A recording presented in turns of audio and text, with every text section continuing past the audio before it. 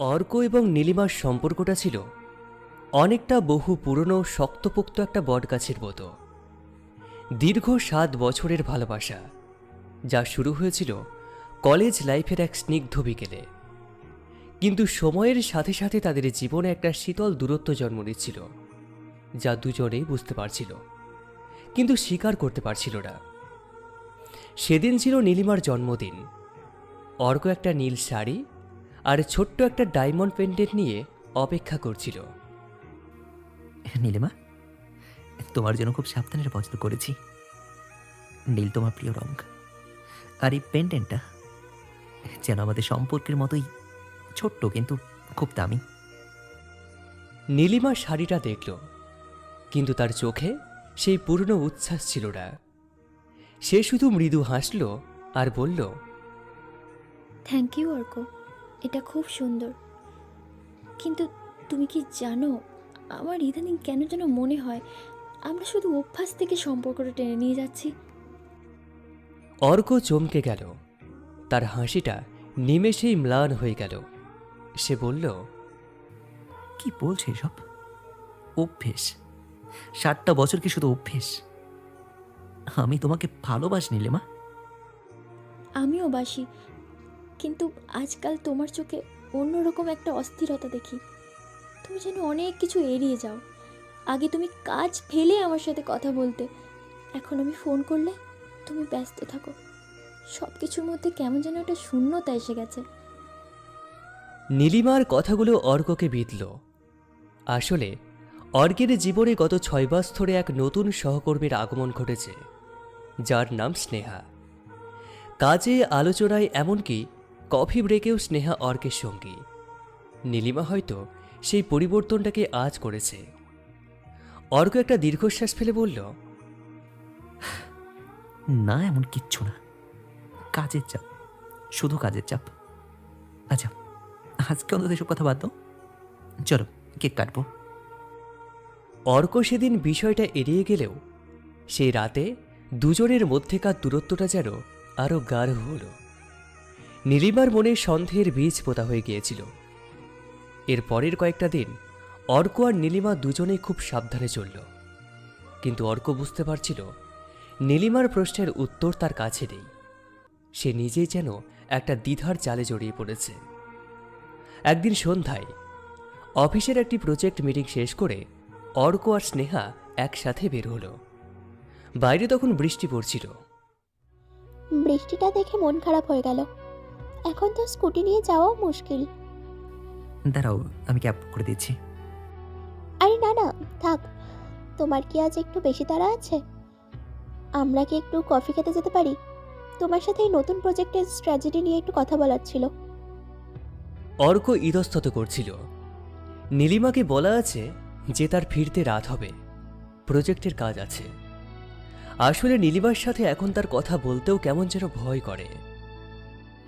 ঠিক আছে, চলো, কিন্তু বেশিক্ষণ নয়। কফি শপে গিয়ে কাজের কথার চেয়ে ব্যক্তিগত কথা বেশি হলো। স্নেহা খুব ভালোভাবে তার জীবনের স্বপ্ন, ছোট ছোট দুঃখের কথা বলছিল। অর্ক দেখছিল নীলিমার মতো পুরনো অভ্যস্ত ভালোবাসার বাইরেও নতুন করে কাউকে জানতে চাওয়ার এক অদ্ভুত ভালো লাগা আছে। জানো অর্ক, তোমার মধ্যে একটা অদ্ভুত শান্তি আছে। তোমার সাথে কথা বললে মনে হয় সব কিছু ঠিক হয়ে যাবে।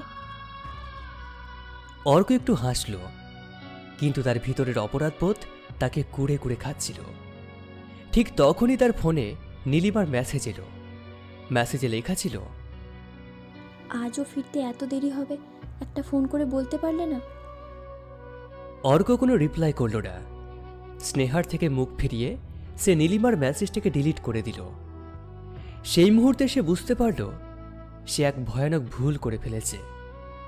ভালোবাসার সেই বটগাছের গোড়ায় যেন সে নিজের হাতে বিষ ঠেলে দিচ্ছে। 1 সপ্তাহ পর, ঠিক 1 সপ্তাহ পর, অর্ক নিজেই আর এই লুকোচুরি সহ্য করতে পারছিল না। তার মনে হতো সে প্রতিদিন নীলিমার সাথে প্রতারণা করছে। সন্ধ্যাবেলা নীলিমা ঘরে বসে বই পড়ছিল।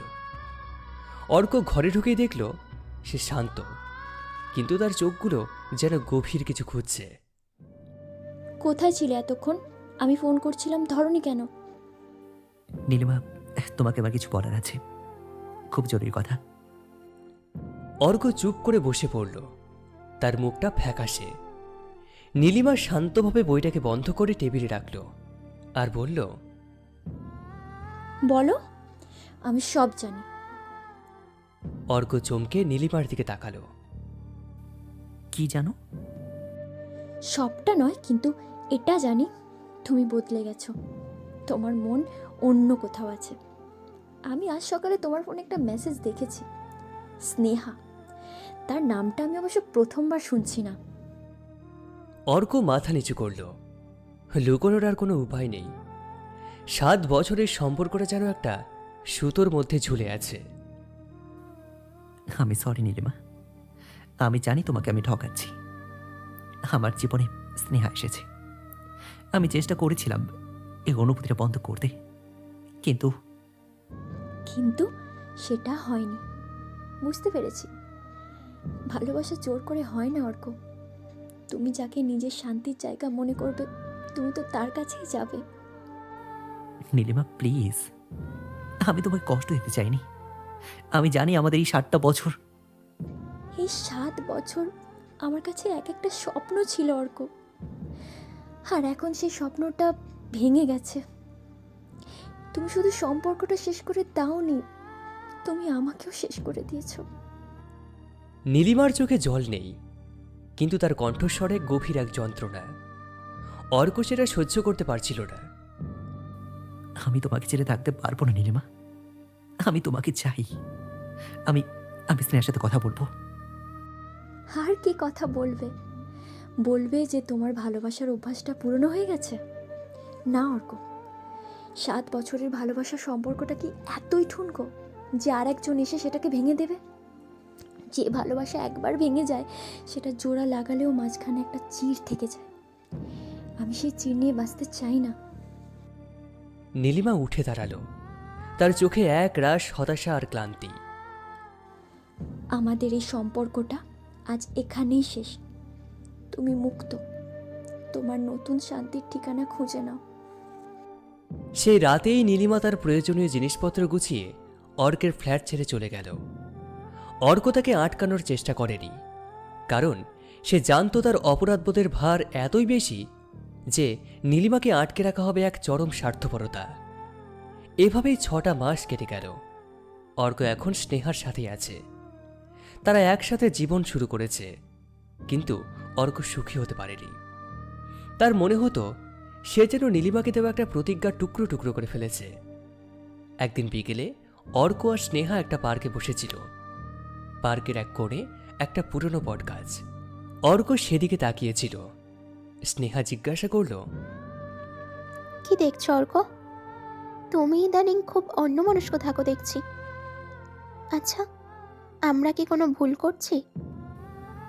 না স্নেহা, তুমি কোনো ভুল করনি। আমার নীলিমার কথা খুব মনে পড়ছে। 7টা বছর, একটা একটা দীর্ঘ পথ, জানো তো। অর্ক, ওটা অতীত। আমি তোমার বর্তমান আর তোমার ভবিষ্যৎও। তুমি তোমাকে ভালোবাসো, তাই না? অর্ক স্নেহার দিকে তাকালো। সে সত্যিই স্নেহাকে ভালোবেসেছিল, কিন্তু নীলিমাকে হারানোর পর সে বুঝতে পারল ভালোবাসার চেয়েও বড় ছিল বিশ্বাস।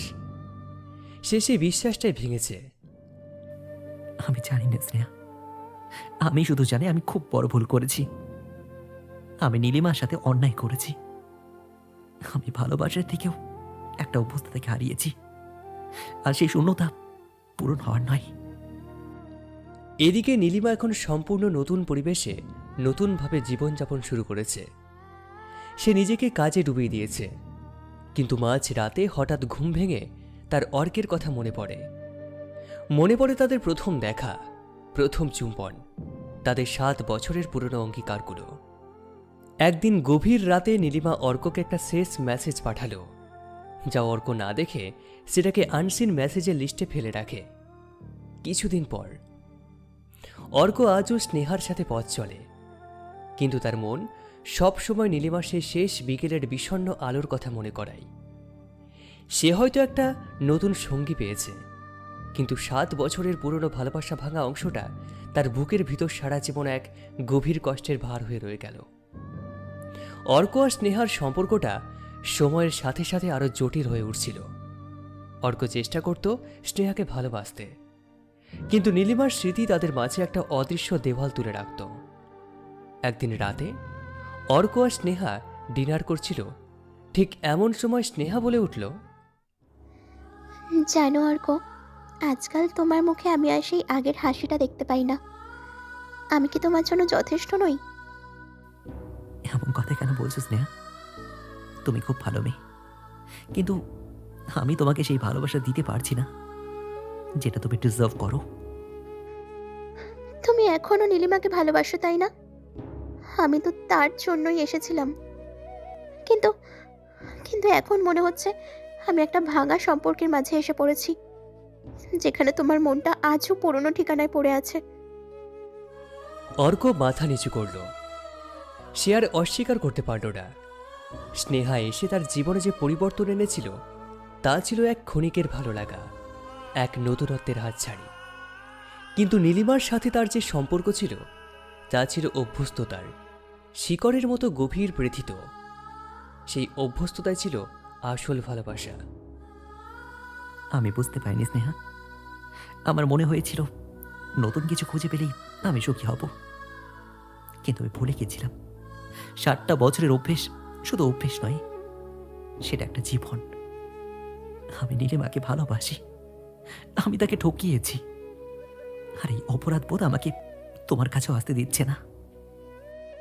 স্নেহা কেঁদে ফেলল, তার চোখও ছলছল। আই এম সরি অর্ক, আমি একটা সম্পর্ক ভাঙার কারণ হলাম, কিন্তু তুমি তো কখনো তোমার অতীত থেকে বেরোতেই পারোনি।